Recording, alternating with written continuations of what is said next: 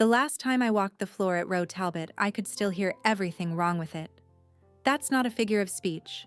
32 years in the same building teaches you the sound of a place, the way a mother learns the sound of her own child breathing at night. Line 1 runs low and even, like a truck idling in a driveway. The sealer on line 2 ticks when the heat cycles, always has, and it means nothing.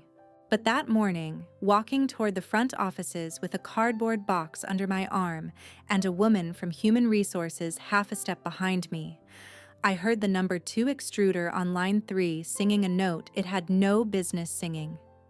High, thin, coming and going under the noise of everything else.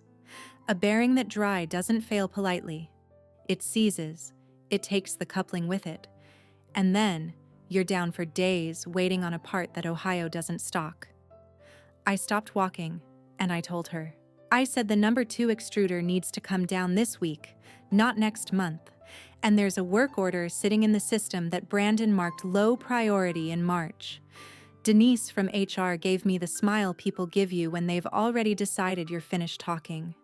She said she'd make a note. She had her badge in one hand and my badge in the other, and she was already looking at the door. I want you to understand something before I tell you the rest of it. I wasn't angry yet. Standing there, I was worried. There is a difference, and most people never have to learn it. My name is Laura Mitchell. I was 58 years old that morning, and I had walked into that plant on the west side of Indianapolis at 26, with a 2-year-old at home and a husband who worked nights at the airport. I started in packaging. I moved to the floor, then to scheduling, then to running the whole production line. And somewhere along the way, I stopped being someone who worked there and became part of how the place ran. When a machine acted up at 2 in the morning, the second shift called my house. Not the manual, not the vendor, me. I never once minded. 4 days before they walked me out, they put a young man named Tyler Vance next to me and told me to train him. 26 years old, engineering degree, decent kid, honestly. He took notes on a tablet and asked good questions. On the second day, he asked me how I knew the mixer was running hot before the alarm went off, and I told him the truth, which is that the drum makes a different sound when the batch is dry. And he wrote down, "Listen to drum." And I could see him wondering what he was supposed to do with that. 4 days. I had a notebook in my locker with 20 years of things that never made it into any system. Which valve sticks in the cold, which supplier's resin runs thick, which readings you can trust and which ones lie to you. I gave it to him. He said thanks and set it on the desk. I told Brandon Keel, our new operations director, that 4 days wasn't enough. I said it in a meeting, and then I said it again in an email, because I've been doing this long enough to know that a thing you only say out loud never happened. I listed 6 items I had open, 3 of them on line 3. He told me the plant had been running on tribal knowledge for too long and that the new alert system would flag anything critical. He was 34, and he used the word modernize 4 times in 11 minutes. If you like stories about real people and the things that actually happen to them, take a second and hit the like button, maybe subscribe, because I have a lot of these, and they're worth telling. So there I was, walking the long aisle down the middle of the plant at 9:40 in the morning with that box against my hip. Here's the part I didn't expect. One by one, they shut things off. Ray Delgado saw me from the maintenance cage and set down his impact wrench. Marisol stepped back from the packing table. Junior killed the pallet jack and just stood there holding the handle. Nobody said anything, because there's nothing to say, and because there were 2 people from the front office watching. But the noise dropped, section by section, as I passed, and for about 40 seconds that plant was quieter than I had ever heard it in 32 years. I remember thinking that it sounded wrong. I had no idea that 3 days later I'd hear it again. The first strange thing about not going to work is that your body doesn't get the memo. I woke up at 4:30 on Friday because I have woken up at 4:30 since Bill Clinton was president, And I lay there in the dark listening to Dale breathe next to me and waiting for something to require me. Nothing did. At 5, I got up and made coffee for 2 out of pure habit. And then I stood at the kitchen window on Kessler Boulevard with a cup I didn't want, looking at the driveway. Dale came down around 6 with his bad knee and his robe, and he didn't say anything clever, which was the kindest thing he could have done. He just poured himself the coffee I'd made by accident and sat. "They'll call," he said eventually. "They won't call. They took my badge. Ray'll call." He was right about that part. Ray Delgado texted me at 9:40 that morning, which I noticed because it was exactly 24 hours to the minute from when I'd walked the aisle. The message said, "Scrapped a full batch on 3. Resin ran thick. Kid didn't catch it till the 3rd tote." I sat on the arm of the couch and looked at that for a while. Here's what a person outside a plant needs to know, and I promise this is the only technical thing I'll ask you to hold on to for now. We buy resin from 2 suppliers. One of them ran thick in cold weather, always did. And if you dial the machine the way the set point sheet tells you, you'll get 30 minutes of product that looks fine and isn't. It's in the notebook. Page 11, in my handwriting, with the words, "Delafield lots. Run 8 degrees hotter Nov through March. Do not trust the sheet." I gave that notebook to Tyler Vance on a Wednesday. On Friday, it was still sitting on the desk where he'd set it down, because Ray told me later he saw it there under a stack of pallet tags. I typed 3 different replies to Ray and deleted all of them. The first one explained the fix. The second one was shorter and still explained the fix. The third one just said, "Tell him page 11. What I actually sent was, "How's everybody doing?" Because that's the thing nobody in that front office understood about what they'd taken off the floor. They thought they were removing a job function.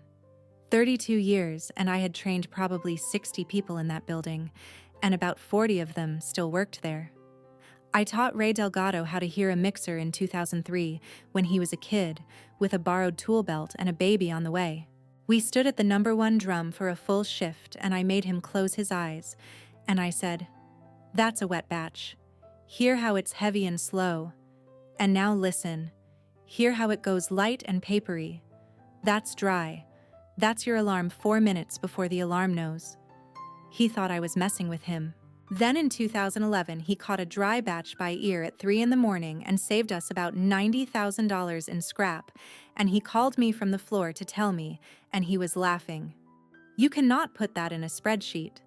I'm not saying that to be poetic about it. I'm saying it because Brandon Keel genuinely believed it could be done. And 11 weeks after he took over operations, he had a consulting firm in a conference room drawing pictures of the plant on a whiteboard. Saturday was a half shift.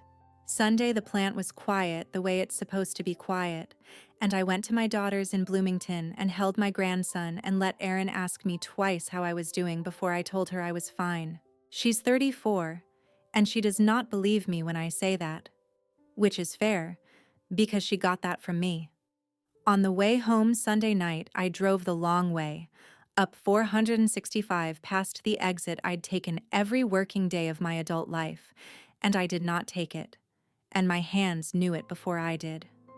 Monday morning at 6:12, my phone rang. I was already awake, of course. It was Ray. He didn't say hello. Laura. Just my name, and behind him a sound I understood immediately, which was the sound of nothing.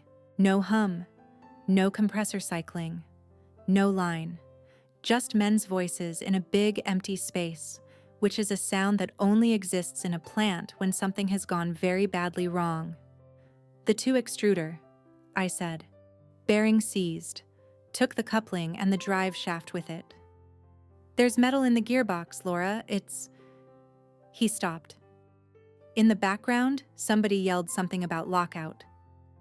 "The whole thing's junk. Ellis is saying 6 days on the part, maybe 8.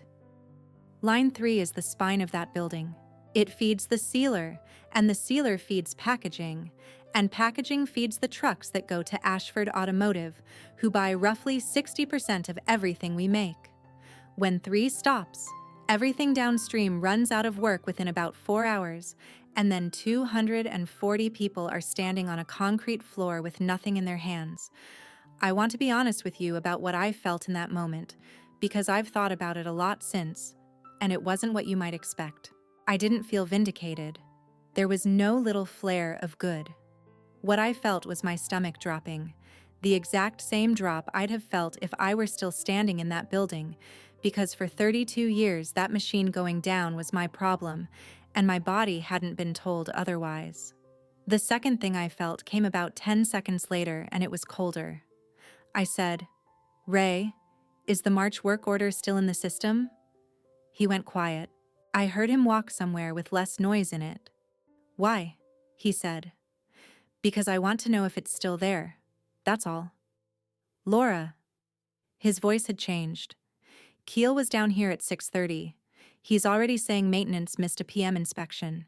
He said it twice, in front of Ellis and 2 guys from second shift." I stood in my kitchen with the coffee I'd made for 2. "He's going to hang this on you," I said. By 7:40 that Monday morning, I had 6 messages, and I hadn't answered any of them. Marisol sent a photo of the floor. Just that. No words. 200 feet of concrete under those big white lights, pallets stacked at the end of the packing tables, and not one person moving. She'd worked that station 11 years. She raised 2 kids on that job, and she has a thing she does where she taps the corner of a carton twice before she seals it. Every single time, for luck. And I used to tease her about it. In 11 years, I never once saw her seal a carton without doing it. Underneath the photo, a minute later, they're saying maybe go home at 11. Do we get the hours? I typed, "I don't know," and then I sat there hating that sentence, because for 32 years the answer to that question was me. If second shift was going to get cut, I knew by 10, and I told people myself, and I told them straight, because the worst thing you can do to somebody who lives on a Thursday paycheck is let them find out from a rumor at the time clock. At 8:15, Ray called back. I could tell before he said anything that he'd been somewhere he wasn't supposed to be. "I got into the maintenance queue on Ellis's terminal," he said. "The March work order's still there." "Okay, good." "It's not good." He took a breath. "It's marked closed. Says closed. No action required. Per operations. Dated April 2nd. I sat down on the arm of the couch again. It's a stupid detail to remember, but that arm of that couch is where I've absorbed most of the bad news of my adult life, and I noticed myself doing it. Who closed it? System just says operations. There's no name on the line I can see. "Laura, I'm on somebody else's terminal. I can't go digging around in there. If Keel, get off it, right now. Don't touch it again. But if he's saying we missed a PM, Ray."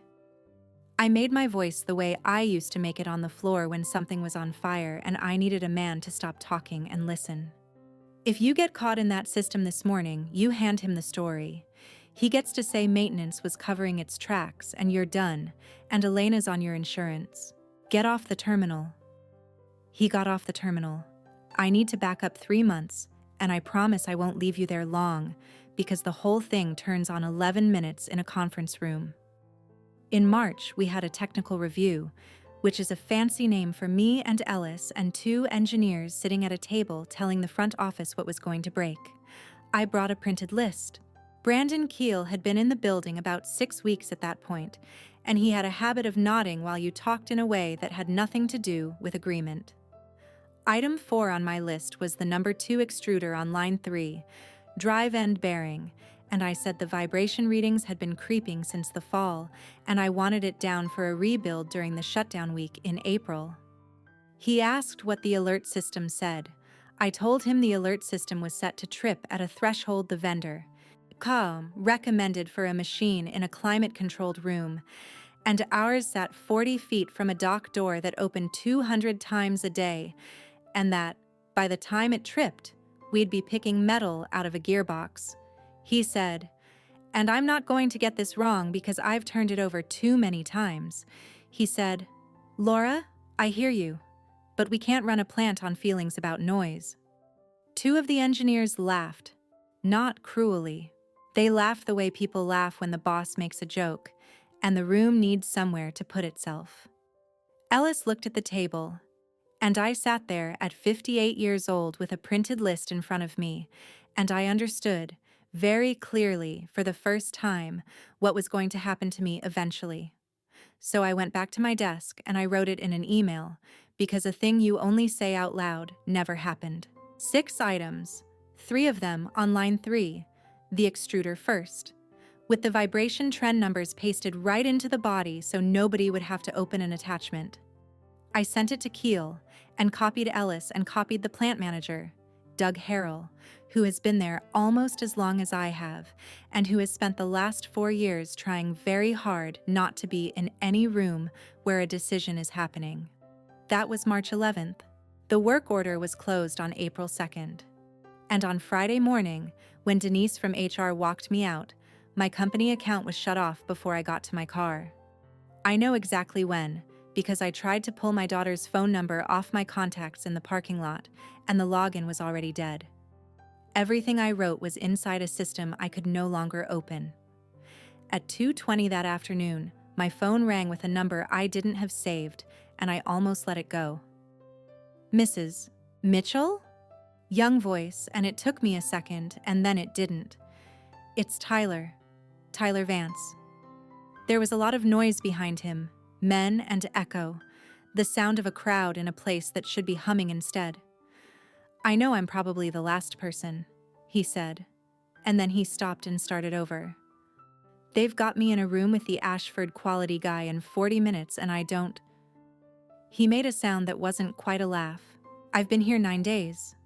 I stood in my kitchen and I did not say anything for what must have been an uncomfortable amount of time, because here's what I knew, standing there.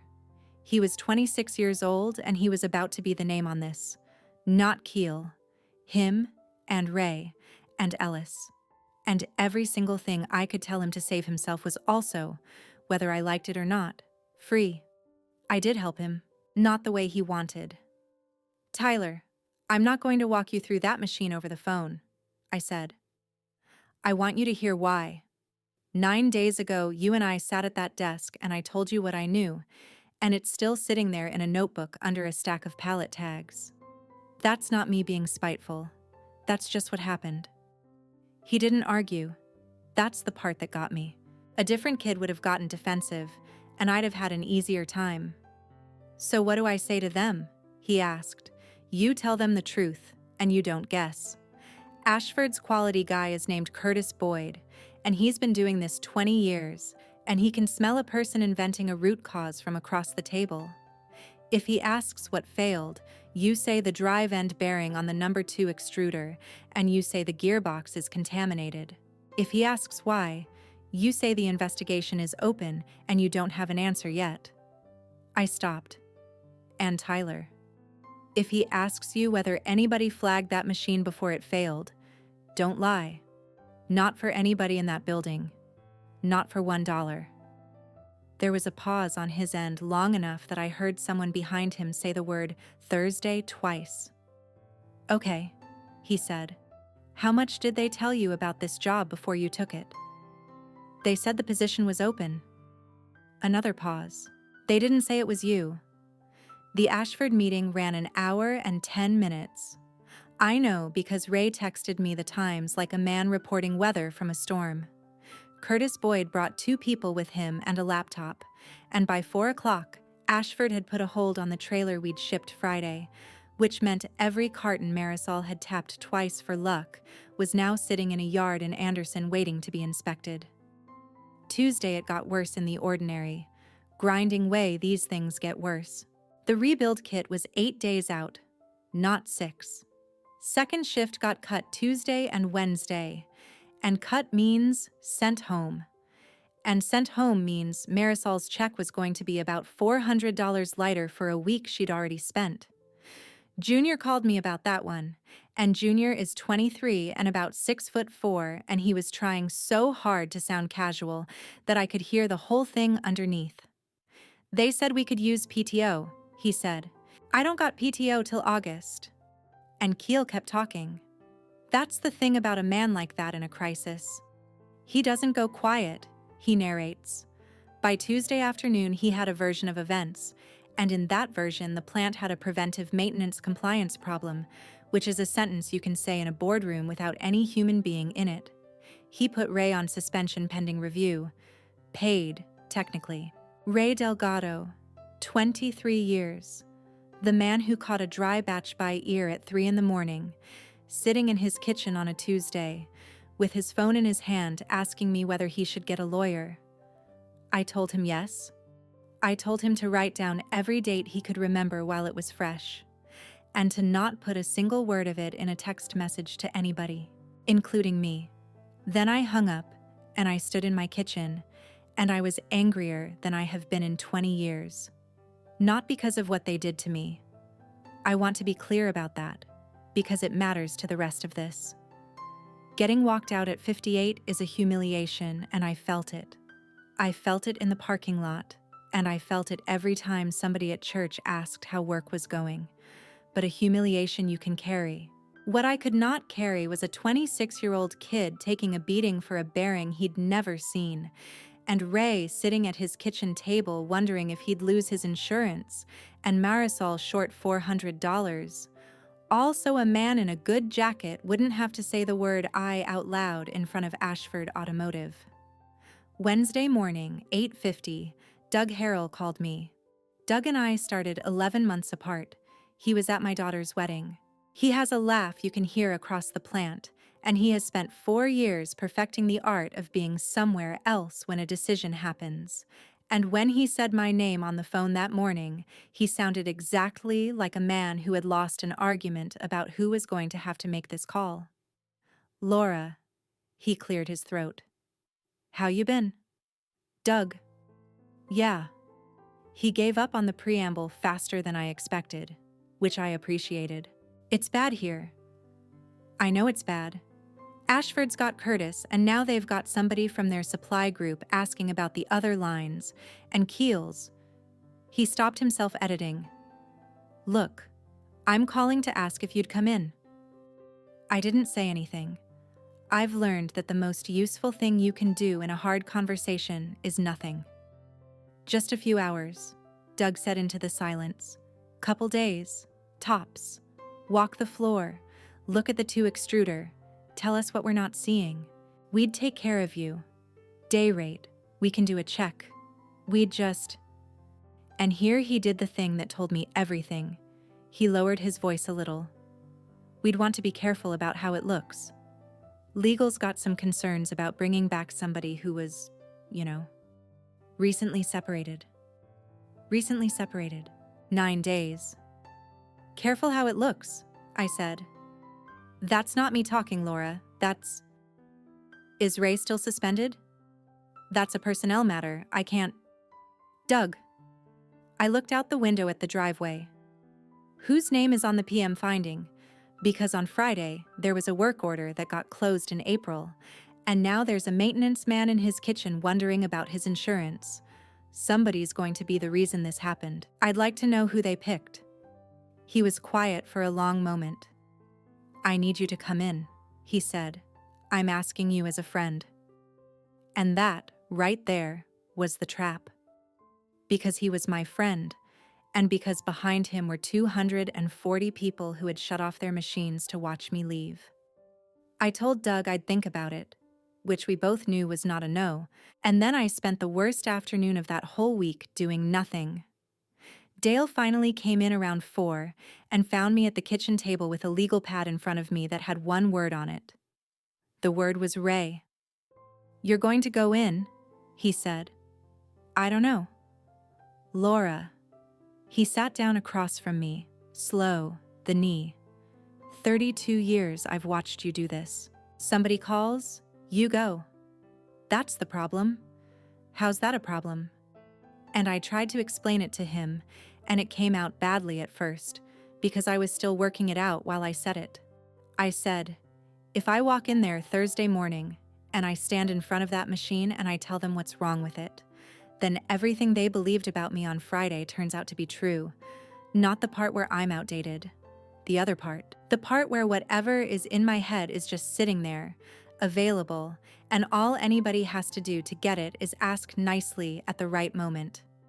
32 years I gave that place my home phone number. They fired me on a Thursday and called me on a Wednesday. And if I show up out of love for Ray and Marisol and Junior, then the lesson that building learns is that you can throw a woman like me out the front door and she'll come back in through the side one for free. Dale listened all the way to the end, which he is better at than most people. So don't do it for free, he said. That's not how it works, Dale. They don't. Why isn't it? I didn't have an answer for that.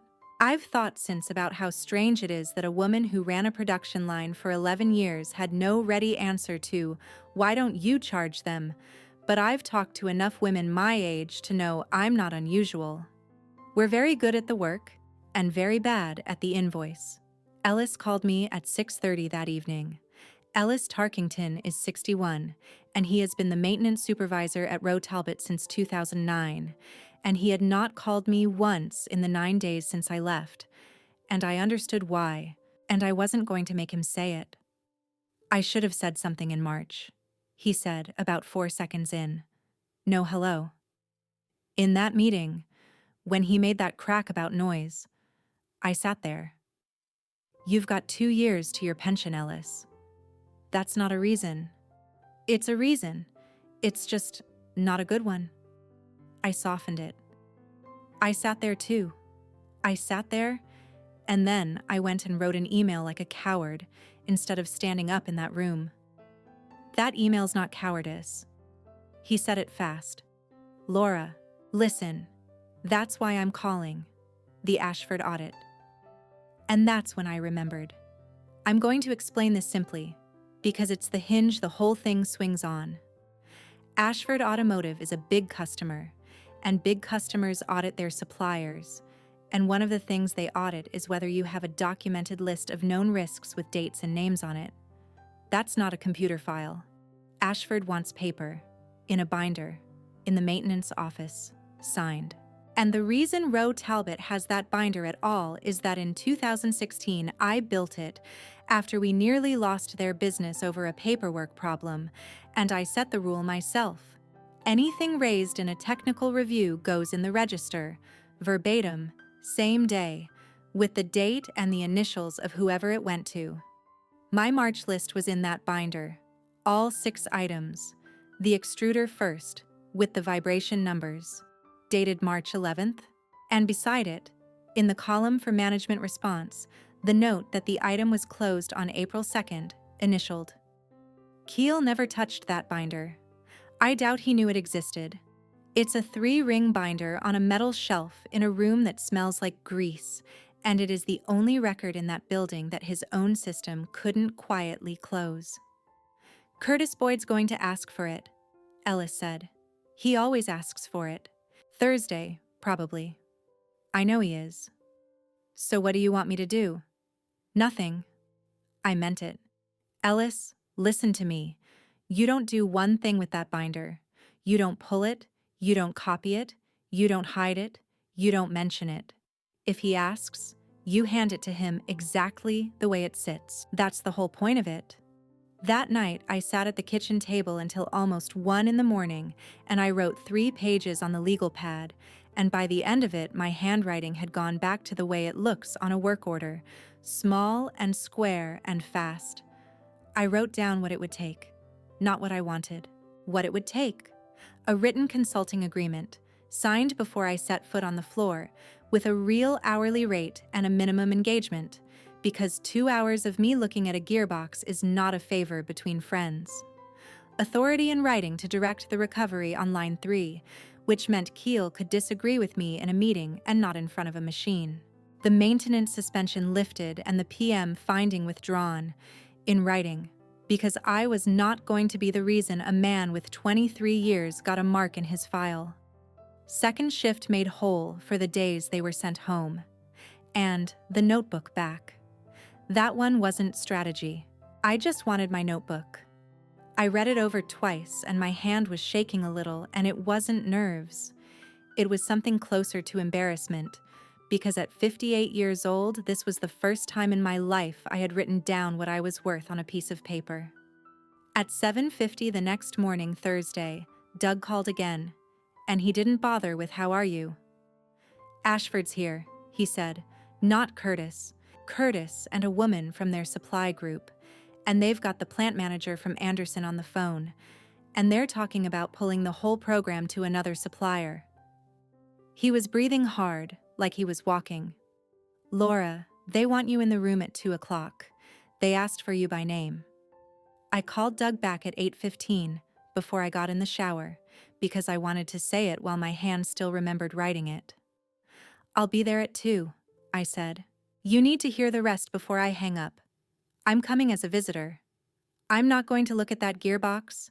I'm not going to give an opinion on that machine, and I'm not going to say one technical word in that room until there's a signed agreement in front of me. I'll email you the terms in 10 minutes. They're not negotiable in the parts that involve other people." He was quiet. "Laura, I can't get legal to paper something in 5 hours." "Legal papered my separation in about 40 minutes, Doug. I got there at 1:40. They made me sign the visitor log at the front desk, which I had helped write the procedure for, and Denise from HR came down to escort me, which I think was somebody's idea of correctness, and which was, honestly, obscene. She put a sticker on my shirt with the date on it. Laura M., visitor. Then we walked the aisle. 9 days earlier, that walk had gone quiet section by section as people shut their machines off. This time, there was nothing to shut off. Line 3 sat with the guard panels off and yellow lockout tags hanging from the disconnect like laundry. And the sealer was cold, and the packing tables had cartons stacked and nobody at them. Marisol was standing at the end of hers with her arms folded. Junior was sitting on an upturned crate. 20, 30 people, on the clock, and doing nothing, in a building that made noise for 32 years. Marisol didn't wave. She just tapped the corner of the carton in front of her twice and looked at me. I about lost it right there. I want you to know that. Whatever you're imagining about me walking in there tall and cold, the truth is, I had to stop for a second and look at the floor. The conference room had 8 people in it. Curtis Boyd from Ashford Quality, gray beard, reading glasses pushed up. A woman from their supply group named Naomi Fry, who had a laptop open and did not smile at anybody. Doug, Ellis, sitting very straight. Tyler Vance, who looked like he hadn't slept since Monday and who stood up when I came in, which nobody else did. Brandon Keel at the end of the table in a quarter zip, with a printed deck in front of him titled something about recovery timeline. Keel said, "Laura, appreciate you coming in to help us out." I said hello to Curtis, and I sat down, and I didn't answer that. The first 40 minutes were Keel's version: preventive maintenance compliance, a gap in inspection frequency at the operator level, transition period. He used the word transition the way you'd use a bandage. He said the alert system had not indicated a critical threshold event, which was true, and which was exactly the problem. And I watched Curtis Boyd write something down. Then Curtis took his glasses off and said, "Doug, I'd like the risk register." You could feel the temperature of that room change.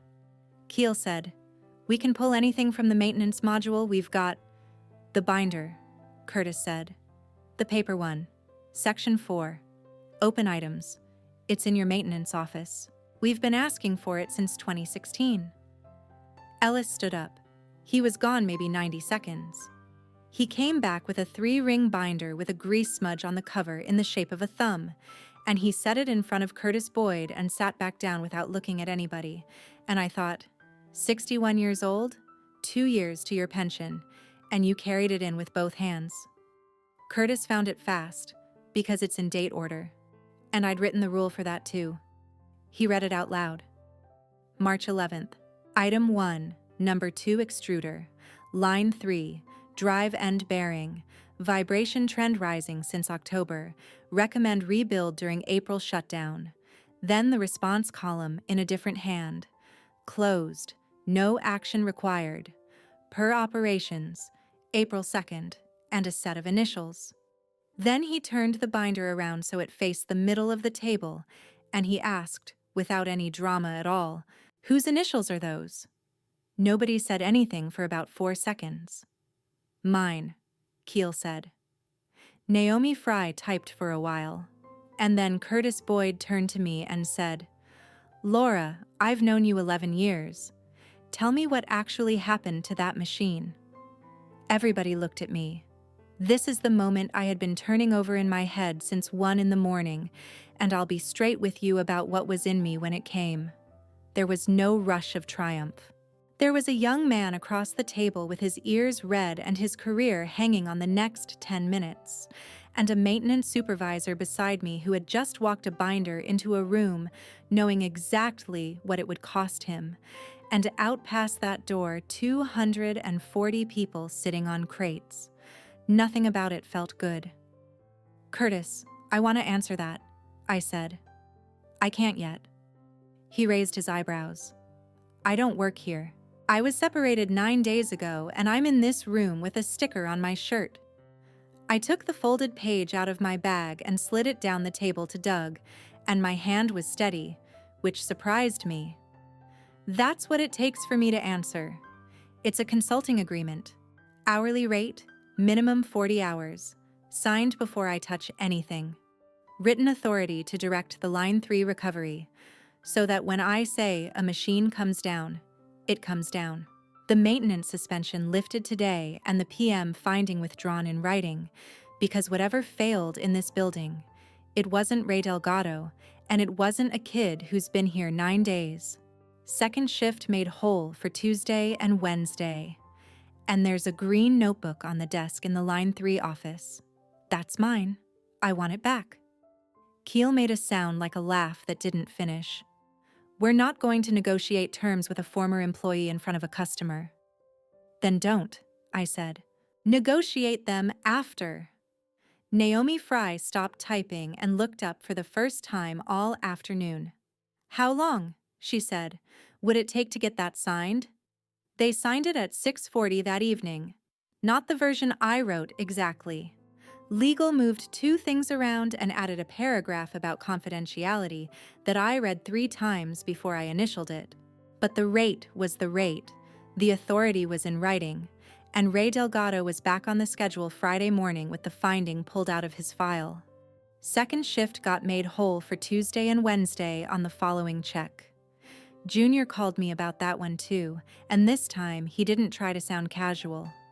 The gearbox was worse than Ellis thought, and the rebuild kit still took 8 days, because nothing about a machine cares how sorry anybody is. We worked. I came in at 6 with a travel mug and no badge, and Ellis and Ray and I pulled the whole drive end apart on the floor, and Tyler Vance stayed every one of those nights without being asked. He's going to be good at this. He just needed somebody to tell him that the sound is data too. The line started back up on a Tuesday morning at 5:50. I was standing in the aisle when it came on, and it comes on in stages. The compressors first, then the extruder, then the sealer starting to tick when the heat cycles. Line 1 found its low, even hum. And I stood there in the middle of that building and let it get loud around me. And I'll tell you, I have never in my life been so glad to hear a machine. Marisol was at her table. She picked up the first carton off the restart, and she tapped the corner twice, and she looked down the aisle at me while she did it.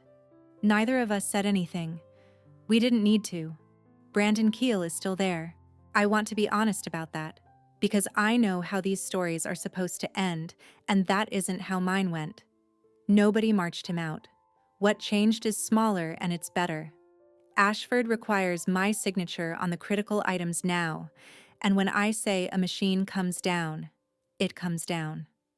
He and I are perfectly polite. He calls me Laura, and I call him Brandon, and we both know exactly what happened in that conference room. On the last night of the recovery, Tyler brought me the green notebook. He'd taken it home and read the whole thing, and there were sticky notes coming out the top of it, and he handed it over like he was returning something he'd borrowed from a museum. I gave it back to him. That's the part I didn't expect about myself. 32 years of what I know, and I finally understood that the problem was never that I gave it away. It was that nobody ever had to ask, and nobody ever had to say thank you, and I let that be normal for 3 decades. Now they ask. Now there's a line under my name on a piece of paper. I'm 58, and I'm not obsolete. And neither is anybody reading this who's been made to feel like their years are a line item somebody's trying to cut. There's more to tell about that building. There's the thing that happened with Denise from HR about 4 months later, which I did not see coming, and which I still think about. But that one needs its own night, and I'd rather tell it properly. Stay with me. I'll pour the coffee.